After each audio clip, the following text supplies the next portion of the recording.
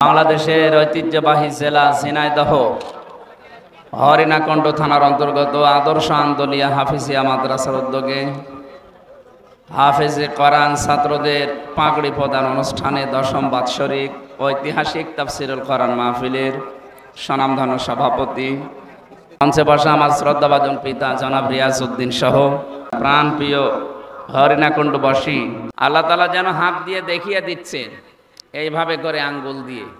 সূরা নমলের 52 নম্বর আয়াতে আছে আল্লাহ পাক বলেন, ফাতিল কাবুয়ুতুহুম খাওয়িয়াতাম বিমা যালামু ইন্না ফি যালিকা লাআয়াতাল লিকাউমিন ইয়ালামুন। আপনি মিলাবেন আয়াতটা ১৫০০ বছর আগে নাজিল হওয়া, অথচ মনে হচ্ছে আজকে নাজিল হলো। আল্লাহ তাআলা এভাবে দেখিয়েছেন, ফাতিল কাবুয়ুতুহুম, এই যে এই ঘরগুলো, বাইতুন না দিয়ে আল্লাহ বুয়ুত দিয়েছেন। আল্লাহ বলেন এই যে এই ঘরগুলোর দিকে তাকান, খাওয়িয়াতাম বিমা যালামু, আমি আল্লাহ উজাড় গৃহ বানিয়ে দিয়েছি, জনশূন্য করে দিয়েছি, সার শূন্য করে ফেলেছি, বিমা যালামু, তাদের জুলুমের কারণে।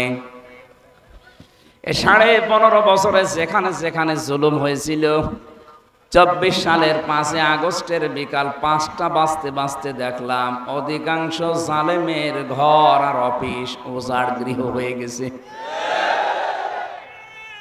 আপনাদের এলাকার অবস্থা জানি না, আমার কুষ্টিয়ার হানিফের বাড়ি ইট খুলে নিয়ে চলে গেছে। গত পরশু দিনও তার বাড়ির সামনে দিয়ে আসার সময় দেখেছি বাড়িটা এখন বিরামহীন, জনশূন্য তো হয়ে গেছে, উজাড় গৃহ। মানুষ এখন টয়লেট বানিয়েছে।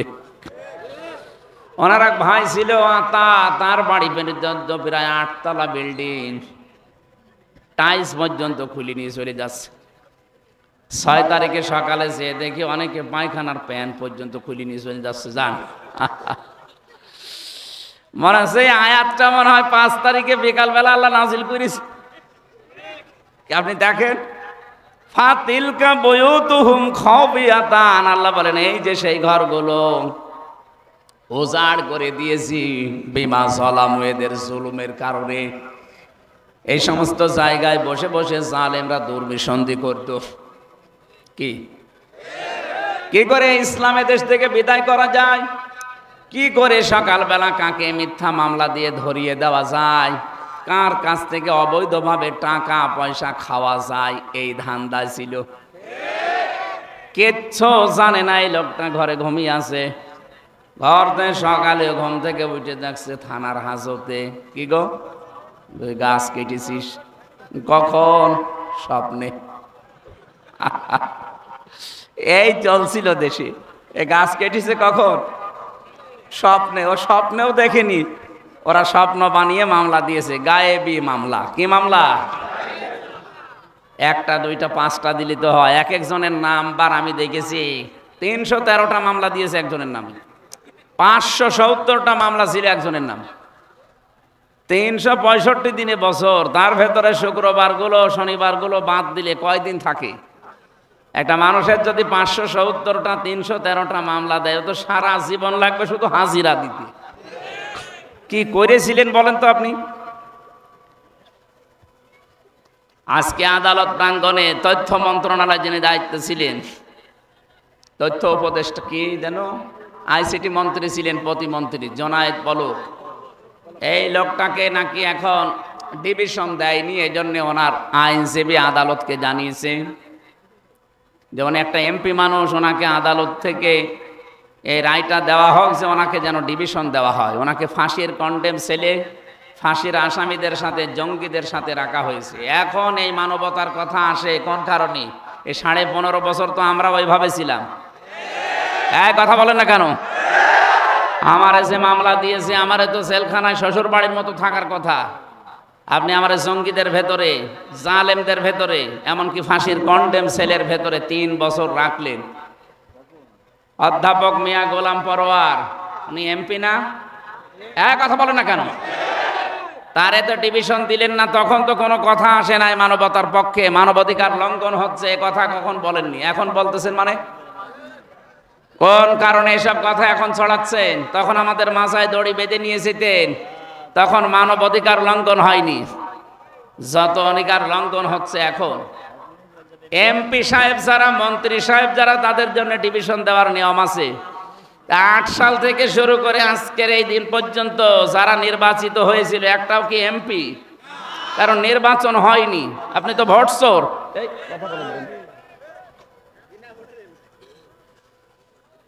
15.5 বছরে যারাই নির্বাচিত হয়েছিল এরা যে এমপি পরিচয় দিতে ওদের লজ্জা লাগে না? জোতা পিটা করা দরকার। মানুষের অধিকারগুলো নষ্ট করে আবার পরিচয় দেয় আমি সাবেক এমপি। কিসের সাবেক এমপি আপনি? আপনাকে কেউ ভোট দিয়েছে? বলেন। ঘোড়াকেও যদি জিজ্ঞাসা করেন যে এখানে যিনি ছিলেন সাবেক এমপি, ঘোড়াও হাসবে। কি বলেন আপনি? এখন বাইরের দেশের মডেল যারা আছে তাদের সিম্পিতি পাওয়ার জন্য যারা 2 বোন একসাথে পালিয়েছে ওরা এখন মানুষকে জানাচ্ছে যে আমরা নির্বাচিত ছিলাম, আমাদেরকে উৎখাত করা হয়েছে। এরকম দাহা মিথ্যা কথা একজন হাসি মানুষ বলে কি করি? এটা হাসি না? সে যেভাবেই হোক হাসি। তো একটা হাসি মানুষ এত বড় মিথ্যা কথা বলে কি করি? তার ছেলে মেয়ে যে অবস্থায় আছে তারা বললে নাই মানুষ জানে যে ও মিথ্যা কথা বলিয়ে থাকে, ও বলুক। আর আপনি একটা হাসি মানুষ এরকম ডাহা চলচান্ত মিথ্যা কথা বলছেন মানুষকে, শয়তান পর্যন্ত হাসে। কথা বলে না কেন? আমরা মন খারাপ করছি এই কারণে প্রতিবাদ করছি, কারণ আমি হাসি তো আমার গায়েও লাগে। আপনি মিথ্যা কথা বললে মানুষ বরং করে যে হাসি মানেই পাঁচি। আমি আশা করছি যারা পালিয়েছেন, যারা অপরাধী, নিরপরাধ মানুষ কোনোদিন পালায় না, পালায় তো অপরাধীরা। কারণ ও জানে যে আমার জনগণ পেলে পিটিয়ে মেরে ফেলবে। আমি গত দিনও আসলাম মৌলভীবাজার থেকে, ওরা আমাকে নামিয়ে দিয়ে গেল হেলিকপ্টারে। আমি দেখেছিলাম যে হেলিকপ্টারের যে হুক আছে দরজায়, ও খুব শক্ত না, একটু ধাক্কা দিলে আমার মনে হয় ভেঙে যাবে। পাইলট আমি বলছিলাম যে এখানে যে সিস্টেম একটু উঁচা করলেই তো পড়ে যাওয়া, বছর উঁচা করেন না। আমার মনে মনে হচ্ছিল আল্লাহ 5 তারিখে যারা পালিয়ে গেল 2 বোন, একটু হুকটা খুলে যেতে পারেন। ও খুলে গেলে তো পড়ে যেত যে কোনো এক জায়গা, জনগণ পিটিয়ে কুকুরের মতো মেরে ফেলতো। কি রাগ বলেন তো? 1:30টার সময় পালিয়েছে, বিকাল 5টা বাজতে বাজতে একটা মূর্তিও দেশে রাখে না, সব মাটির সাথে মিশিয়ে দিয়েছে। ওর 2-3 দিন পরে আমি গিয়েছিলাম বাইরে, যেখানে যেখানে দেখলাম যে দেখি মূর্তি কয়েকটা আছে কিন্তু চোখ নেই, হাত নেই, সব কেটে কেটে বাদ দিয়ে দিয়েছে। না, এগুলো ঠিক নাই। সংস্কৃতি বাদ দেওয়া লাগবে। এটা মুসলমানের দেশ। আগামীতে কেউ যদি আসেন এই মূর্তির সংস্কৃতি যেন তৈরি না করেন। আমাদের জাতির পিতা হযরত ইব্রাহিম মূর্তির বিরুদ্ধে এসেছিলেন এই দুনিয়ায়। কথা বলেন না কেন? আর আপনারা 96% মুসলমানের দেশে এসে মূর্তি বানানো আরম্ভ করলেন। কত কোটি কোটি টাকা খরচ করে কুষ্টিয়ার 5 রাস্তার মোড়ে যেটা বানিয়েছিল, ছাতা এত শক্ত ভাঙা যাচ্ছিল না, শেষে ক্রেন নিয়ে এসে ভেঙেছে। হ্যাঁ, জেনাইদা তো দেখলাম মূর্তির সাথে আর এক মূর্তি টাঙিয়ে রেখেছে, সব উলঙ্গ করি। ওরে কারা মেরেছে আমি জানি না, আমার মনে হয় আরো বেশি মারার দরকার ছিল শয়তানদের। এমনকি এই জায়গায় এই ময়দানে মনে হয় গত বছরে এক আলেম আসার কথা ছিল, হাবিবুল্লাহ না কি জানো, তাকে কারা যেন নামিয়ে দিয়েছে স্টেজ থেকে। কোরআনে কারিমের প্রচারে যারা বাধা দিয়েছে এরা ডাইরেক্ট ফতোয়া কাফের। যারা বাধা দিয়েছিলেন কারা আমি জানি না, পালিয়েছে আশা করছি। যদি পালিয়ে না থাকে ওরা ওদের মরে গেলে যেন জানাজা না হয়, কারণ ও এমনিও জাহান্নামে যাবে, অমনিও জাহান্নামে যাবে। ওরা আগে থেকেই পুড়িয়ে ফেলবেন, তাহলে অন্তত কবরের জায়গাটা বেশি যাবে। 3.5 হাত জায়গা একটা মানুষ ঘর করে থাকতে পারবে?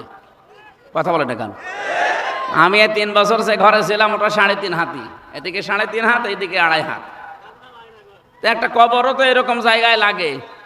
অন্তত যারা কোরআন বাধা দিয়েছে ঝিনাইদহ হরিণাকুণ্ডুতে, এমনকি সারা বাংলাদেশে আলেমদের মাইক কেটে নিয়েছে, এরা মারা গেলে যেন জানাজাও না হয়, কবরও দেওয়া না হয়। ফতোয়া হামজা। আমি বানালাম এটা। সূরা তাওবার 84 নম্বর আয়াতে আল্লাহ ফতোয়া দিয়েছেন, ওয়ালা তুসাল্লি আলা আহাদিম মিনহুম মাতা আবাদা ওয়ালা তাকুম আলা কবরি ইলা আখিরি আয়া। আল্লাহ পাক বলেন, হে নবী, এদের কবরের পাশে দাঁড়ানো দূরের কথা, এদের জন্য দোয়াও করবেন না। শব্দের দিকে খেয়াল করেন, ওয়ালা তুসাল্লি আলা আহাদিম মিনহুম, বহুবচন দিয়েছেন, এটা জমির। শুধুমাত্র এটা আব্দুল্লাহ ইবনে উবাই না, এর মতো চরিত্র দুনিয়া যারাই তৈরি করবে, উপরে ফিটফাট ভেতরে সদরঘাট। এই আব্দুল্লাহ ইবনে উবাইয়ের উপরে কিন্তু ঠিক ছিল, নবীজির পেছনে নামাজ পড়তো, নবীজির সাথে রোজা রেখেছে, নবীজির সাথে ইফতারি করেছে, ওর দাড়ি টুপি পাগড়ি জুব্বা সব ওকে ছিল। শুধু সমস্যা ছিল রাজনৈতিক জীবনে ও বিশ্ব নবীকে নেতা মানত না, ওর নেতা ছিল আবু জেহেল। ওর পুরা জীবন আমি পড়ি শুধু একটাই ভুল পেয়েছি, এই একটা ভুলে যদি ওকে আল্লাহ জাহান্নামে না জাহান্নামের নিচে দিয়েছে, ও যে জাহান্নামের একেবারে নিচে আছে, প্রমাণ সূরা নিসা, ইন্নাল মুনাফিকিনা ফিদ দারকিল আসফালি মিনান নার। আসফাল ইসমে তাফজিল, এটা সুপারলেটিভ ডিগ্রি, এর চাইতে বড় শব্দ আর আরবিতে হয় না। আল্লাহ পাক বলেন, ও তো জাহান্নামে গেছে, জাহান্নামের একেবারে নিচে গেছে। ওয়ালান তাজিদ লাহুম নাসীরা, এরপরে লাং হুম, কত কঠিন কঠিন শব্দ জানেন এটা। তাজিদা মোজারে, এটা বর্তমান ভবিষ্যৎ, প্রেজেন্ট ফিউচার। এর আগে যদি লান আসে বাংলা অর্থ হয় কখনো হবে না। আল্লাহ গ্যারান্টি দিচ্ছে এদেরকে সাহায্য করা হচ্ছে না, হবে না। কেন? আল্লাহ আব্দুল্লাহ ইবনে উবাইয়ের নাম জানে না, নামটা দিল না কেন? হোম দিয়েছেন এই কারণে। উবাই শুধু একজন না, কিয়ামত পর্যন্ত এরকম চরিত্রের মানুষ আসবে, তাদের উপরে এরকম আব্দুল্লাহ বিন উবাইয়ের মতো ফিটফাট থাকবে, ভেতরে থাকবে সদরঘাট। এ সেনাই দায় নেই, বলেন। আপনাকে আমি সতর্ক করছি, এরপরও যদি উল্টা বোঝেন আপনারও স্থান হবে উবাইয়ের মতো। আপনি খালি মরিয়েই যাবেন, শুধু জানা যায় নাম কাওয়াজতে হবে, কবরে দেওয়া হবে, কিন্তু জাহান্নামের আগুন থেকে বাঁচতে পারবেন না। এই লোকটা বেঁচেছে জাহান্নাম থেকে, এক কথা বলে না কেন? ওকে আল্লাহ শুধু জাহান্নামে দেয়নি। কোরআনে কারীম সূরা নিসা 5 নম্বর পারা 19 নম্বর পৃষ্ঠার 15 নম্বর লাইনে 138 নম্বর আয়াতের শেষের দিকে আছে, আল্লাহ পাক বলেন, ইন্নাল্লাহা জামিউল মুনাফিকিনা ওয়াল কাফিরিনা ফি জাহান্নামা জামিআ। অবশ্যই আমি জাহান্নামে একত্রিত করব মুনাফিক এবং কাফেরদের। ঝিনাইদাবাসী আল্লাহ আগে নাম দিয়েছেন মুনাফিক না কাফের? মুনাফিক। বলেন বলেন। ইন্নাল্লাহা জামিউল মুনাফিকিনা, অবশ্যই আমি আল্লাহ একত্রিত করব ফি জাহান্নামা, জাহান্নামের মধ্যে। আগে মুনাফিক, এরপরে কাফের। তার মানে মুনাফিক একেবারে নিচে, এরপরে কাফেররা থাকবে। বলেন তো আবু জেহেল কাফের না মুনাফিক? আরো জোরে বলেন, আরো জোরে বলেন। কি বুঝলেন এখান থেকে? আয়াতটার তাফসীর পড়ার পরে আমি আশ্চর্য হয়েছি, আল্লাহ মুনাফিকের উপরে এত রাগ যে ওদেরকে আরো নিচে দেবে। আবু জেহেল আবু লাহাবকে আল্লাহ এত নিচে দেবে না। এবার আসেন, যে মুনাফিক এটা তৈরি হয়, কোন ইহুদির ভেতরে আপনি মুনাফিক পাবেন না, খ্রিস্টানের ভেতরে মুনাফিক পাবেন না, বৌদ্ধদের ভেতরে, মুশরিকদের ভেতরে, হিন্দুদের ভেতরে মুনাফিক তৈরি হয় না। মুনাফিক তৈরি হয় শুধুমাত্র মুসলমানদের ভেতরে। যেহেতু এই দেশে ৯৬% মুসলমান, সুতরাং মুনাফিক থাকার সম্ভাবনা, বলেন বলেন।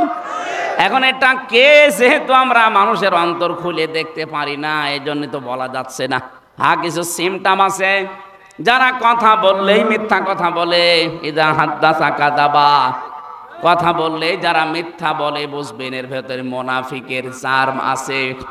আর বাংলাদেশে এটা বেশি। আমি সিঙ্গাপুর, মালয়েশিয়া, থাইল্যান্ড সহ কয়েকটা দেশ ঘুরলাম কয়েকদিন আগে, কই সেখানে তো মিথ্যা পাইনি। হ্যাঁ, তারা আল্লাহ বিশ্বাস করে না, কিন্তু মিথ্যা কথা কম বলে। আমরা আল্লাহতে বিশ্বাস করার পরও সবচাইতে বেশি মিথ্যা কথা বলি। এই যে এখনো মিথ্যা কথা ছড়িয়ে যাচ্ছেন যে আমি নির্বাচিত ছিলাম, এটা মিথ্যা কথা না? কথা বলে না কেন?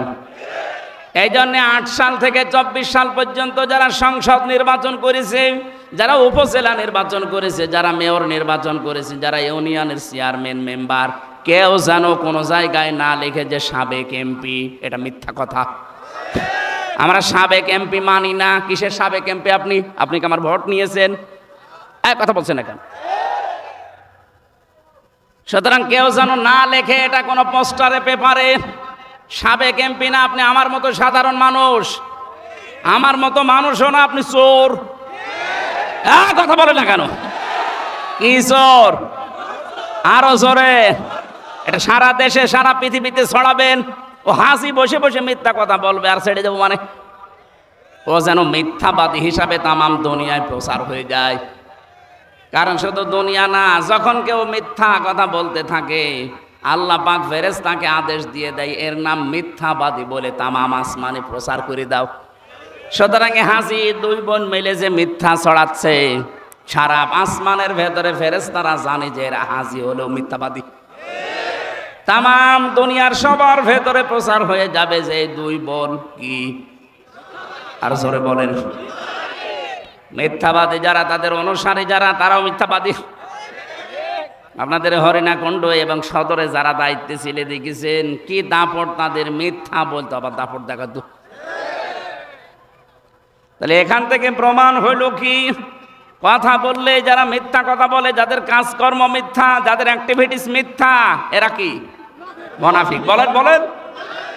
ওয়াইদা ওয়াদা আখলাফা, যারা ওয়াদা করে কিন্তু ঠিক রাখে না। আজ কত ওয়াদা আমরা করেছি কিন্তু ওয়াদাগুলো ঠিক নেই। নিজের সাথে ওয়াদা করেছিলাম আমরা সেই জন্মের আগে।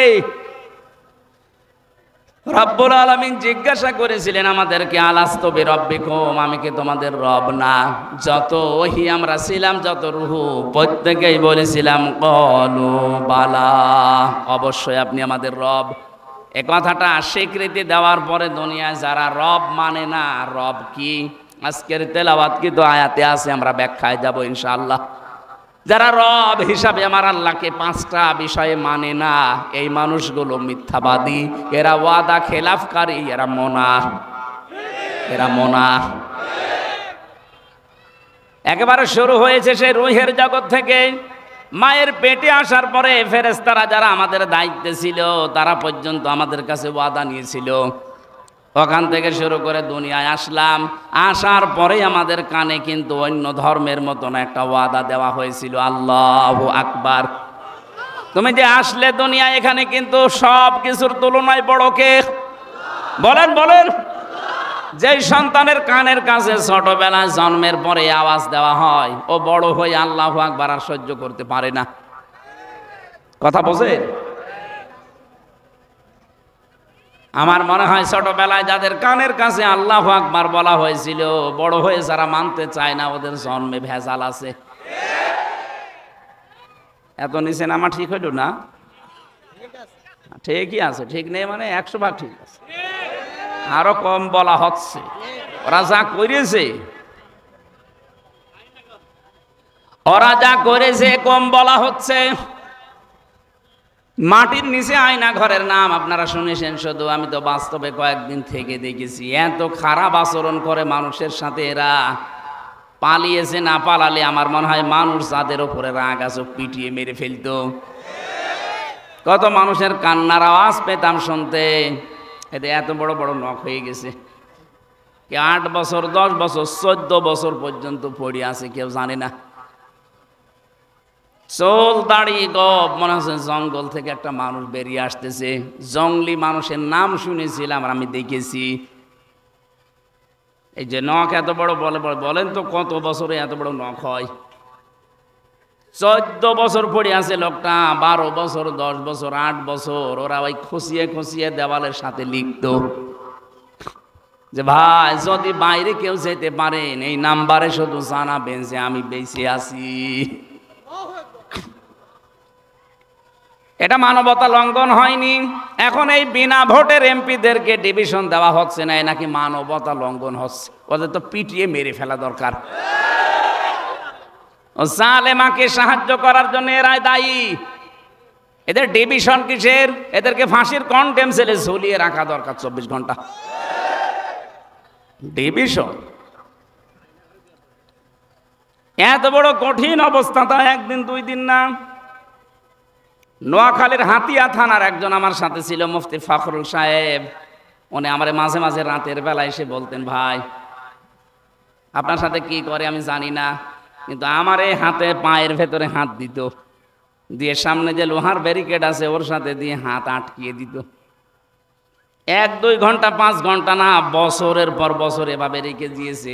1-1.5 মিনিট সময় দিত 24 ঘন্টায় শুধু টয়লেট করার জন্য। 1-1.5 মিনিট।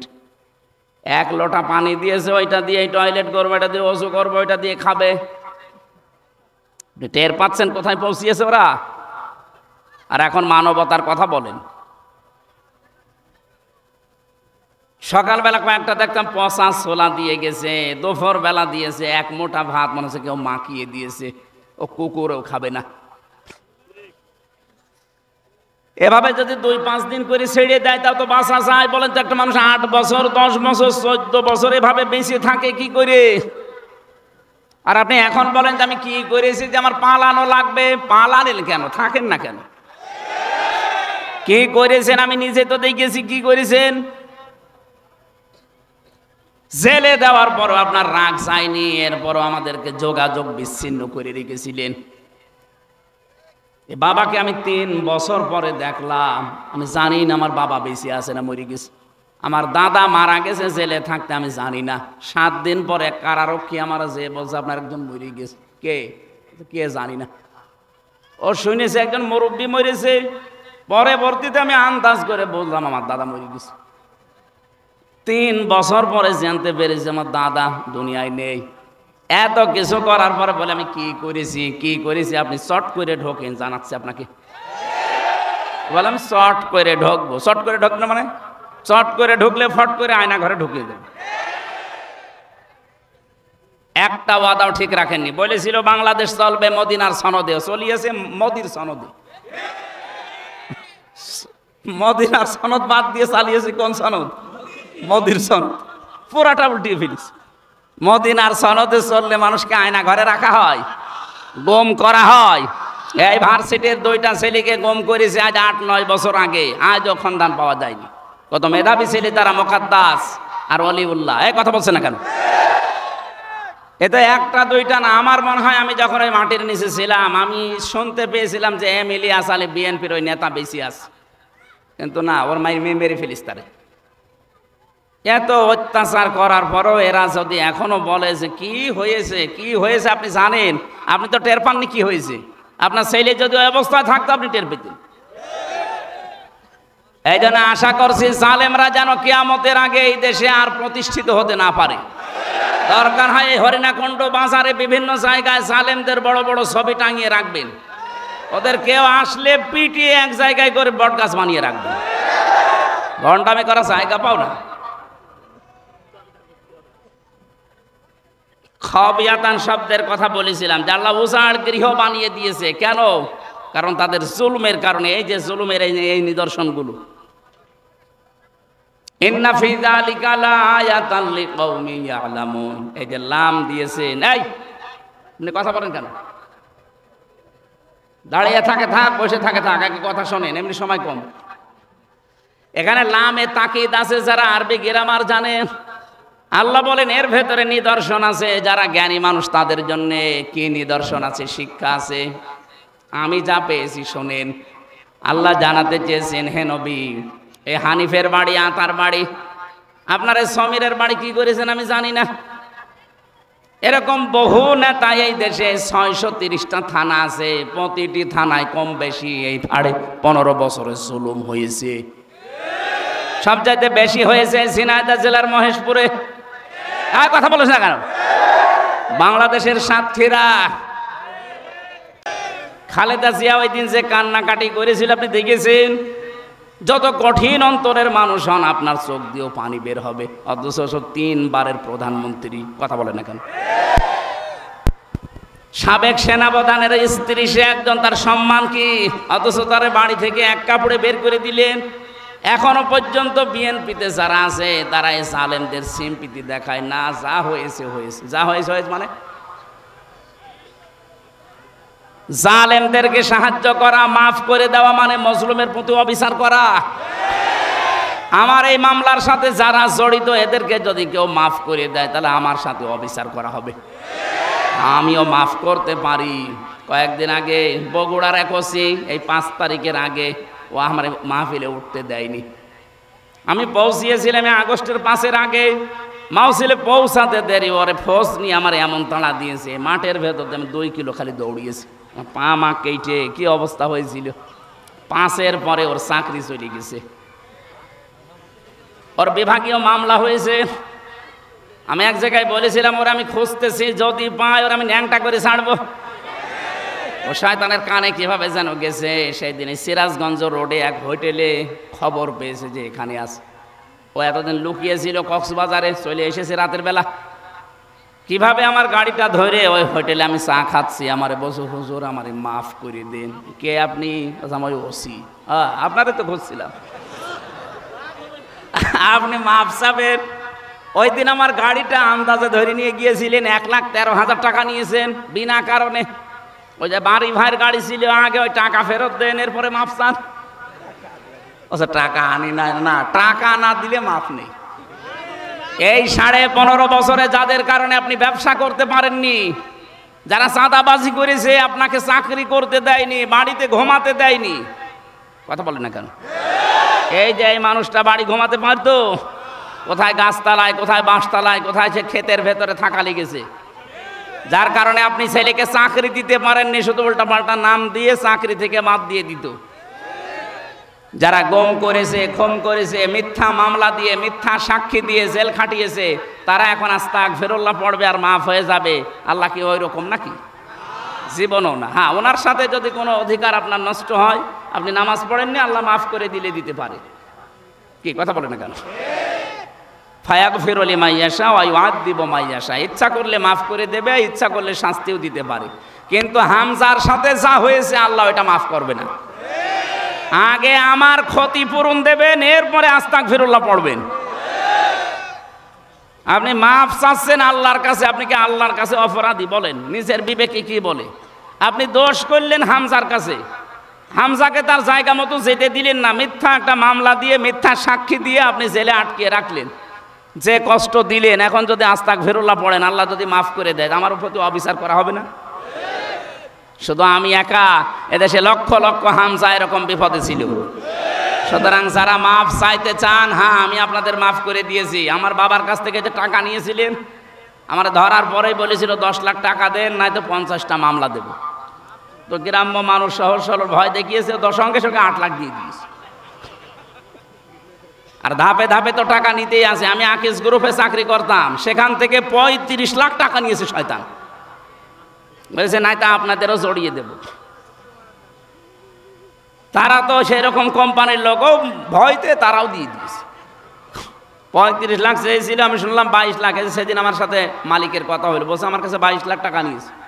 ওই টাকা এখনও মাঝে মাঝে আমারে বলে যে স্যার টাকা কি ফেরত দেওয়া লাগবে? ফেরত দেওয়া লাগবে না মানে? টাকা কি তোর বাবার টাকা? আগে টাকা ফেরত দেয়, এরপরে মাপসা। এই 15.5 বছরে যে যার কাছে অপরাধ করেছেন তার কাছে আগে স্বীকার করবেন যে, আর ওর ক্ষতিপূরণ হলে ক্ষতিপূরণ দিয়ে বলবেন যে ভাই মাফ করে দিন। এই কথা বলছে না কেন? তাছাড়া আপনার কোনো আস্তাগফিরুল্লাহ মাফ। আমি ওসিকে সেদিন বলেছি আপনি টাকা ফেরত দেন, আগে টাকা ফেরত দিয়ে যাবেন, এরপরে বলবেন হুজুর মাফ করে দিন। আমি মাফ করে দিলাম, কিন্তু টাকা চাই, টাকা ছাড়া মাফ নেই। আমার ওপর শারীরিক যে নির্যাতনগুলো হয়েছিল, আমার পা কেটে গিয়েছিল, আমি দৌড় দিয়েছিলাম, এগুলোর জন্য আমি মাফ করে দিয়েছি। কিন্তু টাকা না দিলে কোনো মাফ হবে না। মিথ্যা মামলা দিয়ে, মিথ্যা সাক্ষী দিয়ে আপনি বিনা কারণে মিথ্যা সাক্ষী দিতে গেলেন, মানে অনেককে বাধ্য করতো মিথ্যা সাক্ষী দিতে। সাক্ষী দেয় মানুষ দেখে, শাহেদ মানে সাক্ষী। শাহেদ মানে কি? বলেন। শাহেদ হয় কখন? মানুষ যখন এই চোখ দিয়ে দেখে। কথা বলে না কেন? 15.5 বছরে যত মামলা ছিল, সাক্ষী যারা দিয়েছে অধিকাংশগুলো দেখা সাক্ষী না, শোনা সাক্ষী। আপনি দেখেন, আমার যারা সাক্ষী দিয়েছে, আমারে ধরে নিয়ে গেল বাড়ি থেকে, আর ওখানে পরের দিন পেপারে দিলে ওনারা আমরা মজমপুর গেট থেকে ধরেছি। পুরা মিথ্যা কথা। তাহলে এই বিরুদ্ধে তারা সাক্ষী দিয়েছে, তারা কি সত্য সাক্ষ্য দিতে পারবে? পুরাটা বানিয়ে বানিয়ে দেবে না। এই জন্য মুসলমান যদি মিথ্যা সাক্ষী দেয়, সে আল্লাহর বান্দা থেকে খারিজ হয়ে যায়। এ বাংলাদেশে মিথ্যা সাক্ষী বন্ধ হলে 1,10,000 মানুষ জেলখানায় আছে, আমার মনে হয় 70,000-ই বের হয়ে যাবে। বিনা কারণে পড়ে আছে, কিচ্ছু জানে না। বান্দার হক নষ্ট করবে না, এটা কিন্তু বান্দার হক। ও যতদিন মাফ না করবে, আল্লাহ আপনাকে মাফ করবে না। এই যে মেয়েদের এই দেনমোহর দেওয়া, এটা কিন্তু তার হক। আজ বাংলাদেশে অনেকে দেনমোহর না দিয়ে মাফ চেয়ে নেন, না, মাফ হবে না। আগে দেনমোহরের টাকা দেওয়া লাগবে। এক কথা বলে না কেন? দেনমোহর শোধ আছে কার কার? হাত তোলেন তো। ও আমার বাপ তো হাত তুলছে না। আমার আব্বা ধরা খাবে। আব্বা কত আপনার দেনমোহর কত দেওয়া লাগবে? আপনার দরকার টাকা না থাকলে আমারে বলেন, আমি টাকা দেবো, এটা মারে দেওয়া লাগবে না। আমার আব্বার মনে হয় বাকি আছে। হাত তুলছে না কেন? বাকি নেই? ক টাকা?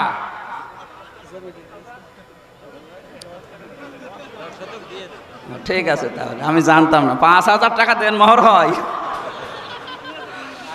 না। যারাই যা করেছেন সে যতটুকুই হোক দেওয়া লাগবে, দেওয়া লাগবে। হোসাইন পেছনে না, ও বিয়ে করার সময় মনে হয় সরাসরি দিয়ে দিয়েছিল। ও অল্প করেছে মনে হয় 2,000, 1 লাখ। একটু বেশি করা লাগবে যার যে সামর্থ্য আছে। আর একটা জিনিস এই দেশে একটা ভেজাল চলছে, এটাও বান্দার হক নষ্ট হওয়ার শামিল। এই যে বরযাত্রী যাওয়া, আমিও করেছিলাম এটা না বুঝে। আমার বরযাত্রী বেশি ছিল না, 8-9 জন। কিন্তু এখন যারা এই 150-200 মানুষ নিয়ে যাচ্ছেন মেয়ের বাড়িতে, না, এই বরযাত্রী খাওয়া জায়েজ নেই। অলিমা খাওয়া জায়েজ আছে। অলিমা হবে ছেলের বাড়ি না মেয়ের বাড়ি? বলেন বলেন। সম্মানিত মা বোন যারা এসেছেন, বরযাত্রী আসবে, এই বিয়ে আর করবেন না। ও এমনি বাধ্য হয়ে বিয়ে করবে। আপনারা শক্ত হন, দেখেন, ও বাধ্য হয়ে বিয়ে করবে। করবে না মানে ওর বাপ করবে। আপনারা শক্ত হবেন, বলবেন না কিসের বরযাত্রী, দরকার হয় আমরাই উল্টো করে মেয়ের বাড়ি থেকে আপনার বাড়ি যাব। কারণ নবীজি যত বিয়ে করেছিলেন, বরযাত্রী না অলিমা? আরো জোরে বলেন। মাওলানা হোসাইনেরও 2 মেয়ে, আমারও তো 3 মেয়ে। এই জন্য বারবার অলিমার কথা বলছি যেন আমরা বেশি যাই না। ভাই, এটা হাদিস। হক পেলে আবাদ নষ্ট হচ্ছে এর দ্বারা। আশা করছি সামনে হাসি খুশি হোক আর পাগলামি করে হোক, কোনো ছেলের বাবা এই কাজ করবেন না। আপনি নিজেও জাহান্নামে যাচ্ছেন হারাম খাবার খেয়ে, ওই বরযাত্রীগুলো হারাম খাবার খাওয়াচ্ছেন। কারণ মেয়ের বাবা তো আর ইচ্ছা করে আপনাকে খাওয়াচ্ছে না, বাধ্য হয়ে। এই কথা বলে না কেন? 18 বছর, 20 বছর, 25 বছর একটা মেয়ে এত সুন্দর করে মানুষ করার পর কষ্ট করে আপনাকে দিচ্ছে, এরপরও 150 মানুষ খাওয়ানো লাগবে মানে? আপনি এত বড় জালেম। বরযাত্রী গেছেন কারা কারা? হাত তোলেন তো। ফকির, আমরা আর বরযাত্রীর সামনে যাব না। যে বিয়েই হোক যাব অলিমায়। কিসে যাব? হকল এবাদের ভেতরে সূরা নিসার 36 নাম্বার আয়াত, 35 নাম্বার আয়াত না 36 নাম্বার আয়াতে হকল এবাদের এখানে সিরিয়াল করা আছে। আপনার প্রতিবেশীরও হক আছে। আজ হাজারো মানুষ নামাজ পড়ে, রোজা করে, কিন্তু প্রতিবেশীর সাথে আচরণ খারাপ করে, তার হক আদায় করে না। এই লোকটা কিয়ামতে ধরা খাবে।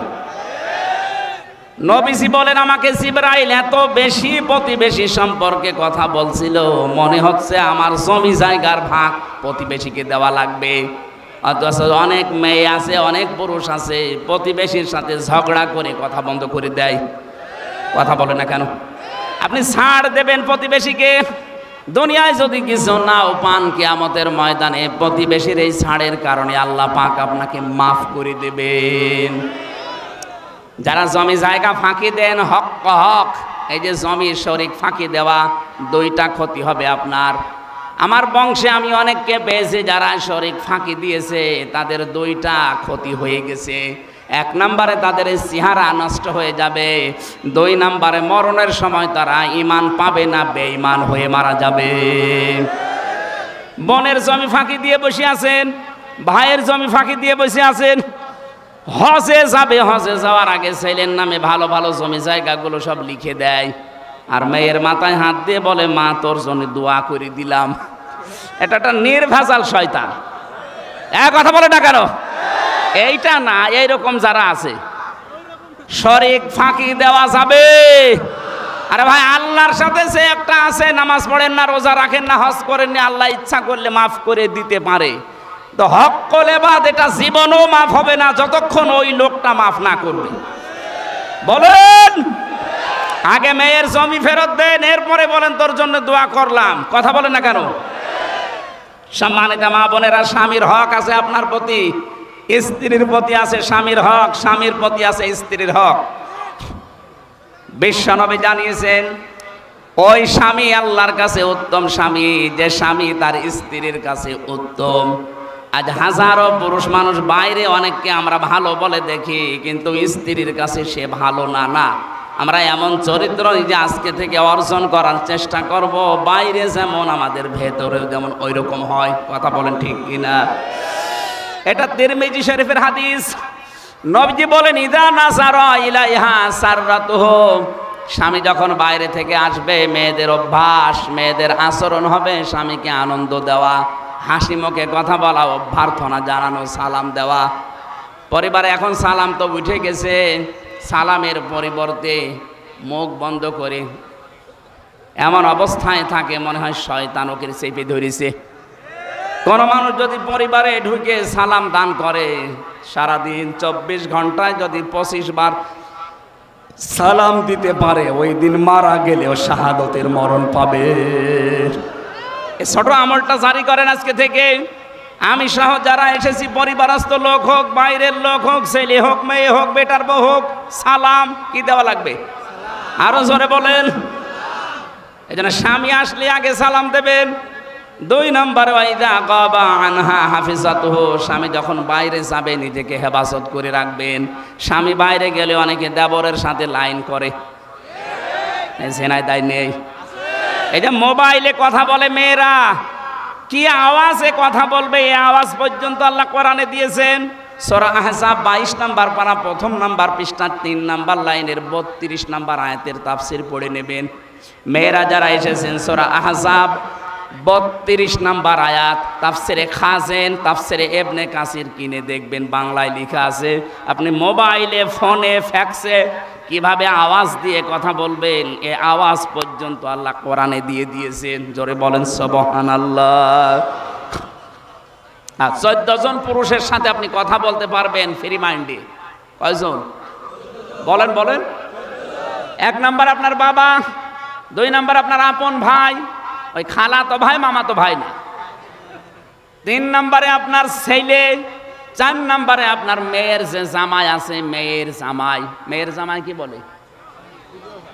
না না, মেয়ের স্বামী। এই শাশুড়ির কি হয়? জামাই হয়। এদিকে স্বামী বলে, ওই রংপুরের লাইনে একটু ঝামেলা, ওরা জামাই বলে, শেষে উল্টিয়ে যায়। না, এরকম 14 জন আছে, আপন ভাইয়ের ছেলে, আপন বোনের ছেলে, এরকম 14 জন সূরা নিসার ভেতরে 21 নম্বর আয়াতের তাফসীরে আছে। এই 14 জন পুরুষের সাথে আপনি খোলামেলা দেখা করতে পারবেন। খোলামেলা মানে কি? শুধু মুখমণ্ডল, হাতের কবজি আর পায়ের পাতা বাদ দিয়ে আবার পুরা শরীর ঢেকে রাখা লাগবে। এই জন্য মেয়েরা যারা এসেছেন এখানে, ইসলামী মাইন্ডের যারা আছেন, শাড়ি পরা বাদ দিয়ে দেবেন। শাড়ি পরলে পর্দা আদায় হয় না। আপনি সালোয়ার কামিজ বানাবেন। কি কথা বলছেন না কেন? আর এই যে হেজাব আছে মাথার, পুরা মাথা দিয়ে, বুক দিয়ে, পিঠ দিয়ে ঢেকে যায়, একটু বড়, এটা দিয়ে নামাজও হবে, পর্দার মতো ফরজ বিধানও আদায় হয়ে যাবে।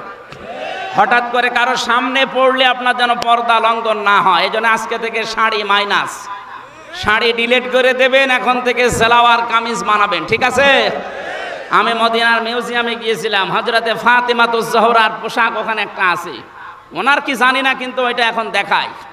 এই যে এত পর্যন্ত হাত, এখন পা পর্যন্ত লম্বা, আপনার ভেতরে ব্লাউজ থাকবে, নিচে ছায়া থাকবে, পায়জামা থাকবে, আশা করছি এই বিষয়গুলো সামনে থেকে, মেয়েদের এটা ইবাদত।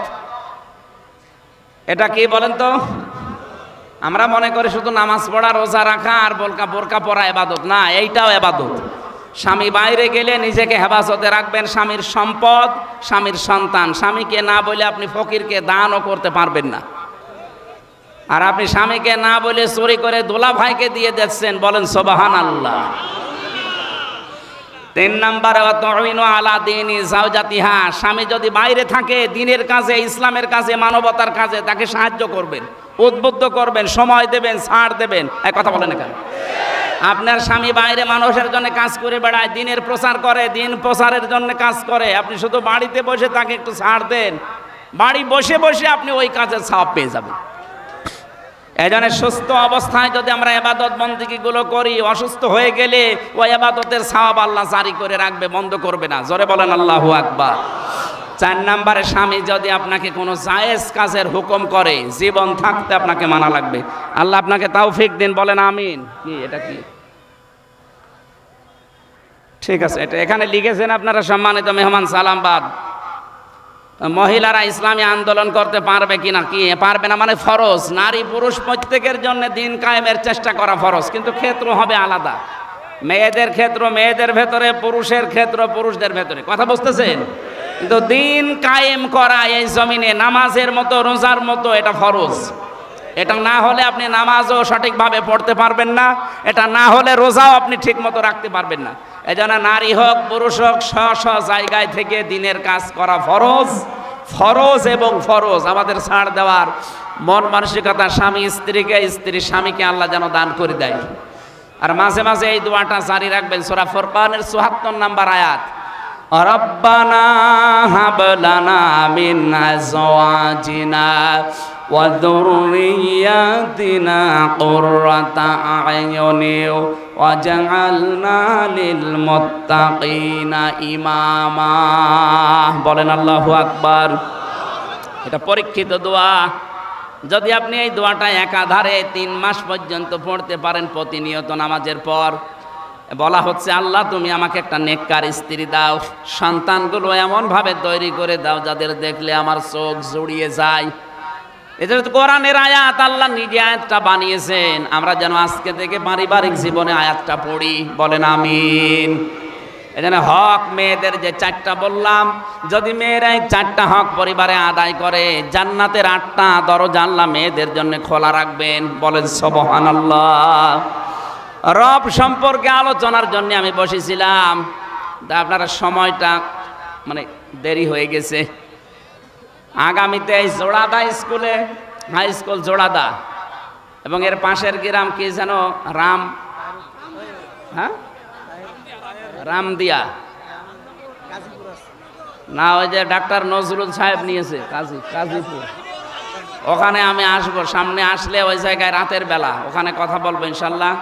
আর আজকে মাহফিল আছে, আমার সাথে জেলে ছিলেন মুফতি জসিমউদ্দিন রহমানী সাহেব, 12 বছর তিনি জেল খেটেছেন। উনি আসবে আপনাদের হরিণাকুণ্ড উপজেলা ফুটবল ময়দানে, আজকে মনে হয়, আজকে অবশ্যই যাবেন। খুব ভালো আলেম, যদিও উল্টাপাল্টা মামলা দিয়ে তার জীবনটা নষ্ট করে দিয়েছে সরকার।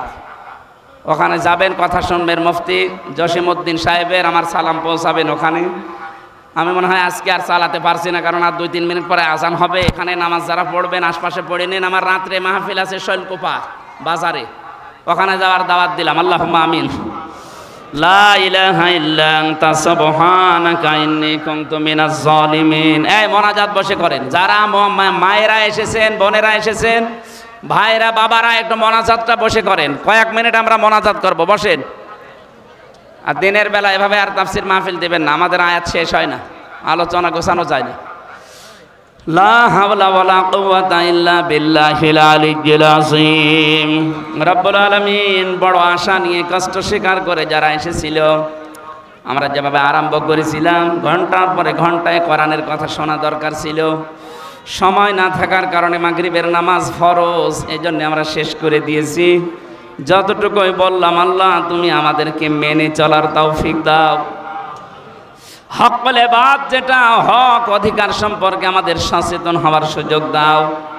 দুনিয়ার জীবনে যেন প্রত্যেকের হক আমরা আদায় করতে পারি, সেই সুযোগ করে দাও। এ মাহফিলের আয়োজন করেছে, দেখো কত সুন্দর করে সাজিয়েছে। আল্লাহ তাআলা কোরআনের জন্য নাকি যারা টাকা পয়সা খরচ করে টাকার হিসাব দেওয়া লাগে না, যে যেইভাবে এগিয়েছে এই মাহফিলের জন্য সৌন্দর্য বর্ধনে বিউটিফাই করার জন্য, আল্লাহ ওসমানের মতো এদেরকেও তুমি কবুল করে নাও।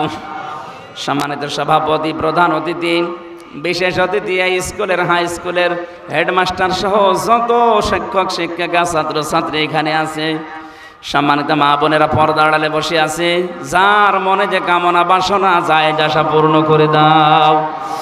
আমার শ্রদ্ধাভাজন পিতা রিয়াজউদ্দিন তার বাবাকে হারিয়েছে, মাকে হারিয়েছে, তাদেরকে কবরে মাফ করে দাও। আমার বাবার শরীরটা সুস্থ রাখো, আমার মাকেও শেফায়ে কামেলা আজেলা নসিব করে দাও।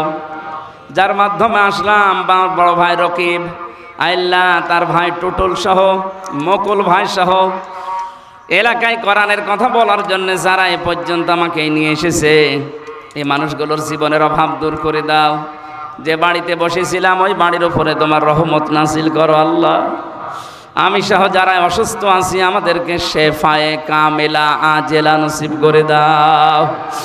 বারাকাল্লাহু লানা ওয়া লাকুম ফিল কোরআনিল আযীম। মরণ আসলেই যেন বলতে পারি লা ইলাহা ইল্লাল্লাহু মুহাম্মাদুর রাসূলুল্লাহ।